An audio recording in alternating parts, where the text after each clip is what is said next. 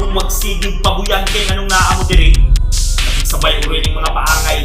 Di na ko sa damong kalipay kay kauman ni kalaki na mo na ami pangtagay atay. Kinsa mo'y klarong buang. Ako nga nagyaw-yaw sa inyuhang katubangan o katong magsinigyaw-yaw ka ng mga taong way kapuslanan. Oo, ginikanan.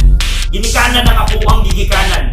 Iyahan ko kaalam mapanwa ni katagbawan pero bisan pa man mo dawat gihapon is kasaypanan. Kaya di ko mo tuog madara naghilot. Sa pagtuon nyo balik. Kabong sayop na sa sinugdanan nga di kabaw mo dili. Nalinga magod sa unang pag-abot sa kadiyot nga kalipay. Apan wala una-una ang apirming uwahi ang pagmahay na masinati sa dugdugay.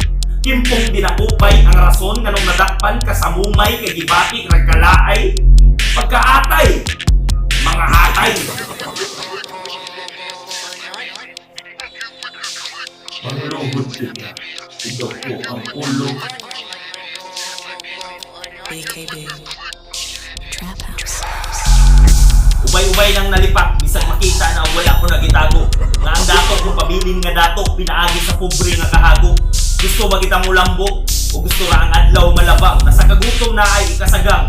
Misukol ra magani ka sa swildong 10,000 ra ang buwan, uwang-uwang. Buwa mo ng inyong pasensya kung inyong ni masubay. Nakukinsa tong bantayanan, mapunoy kusog nga manghimantay. Lisod magpakabuhi nga pandali ra mo patay kung nangita mo garuway na kinabuhi. Tingpainig tayong pahuway. Maong unod bukog. Basihanan daw kinsay gaya ni duwa. Unod bukog.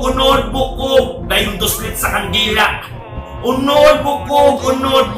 Ganong papilion ko ninyo anang duha kung pwede na kong kanpon ng inyong unod. Na inyong bukog mo ipalina. Mga bihag!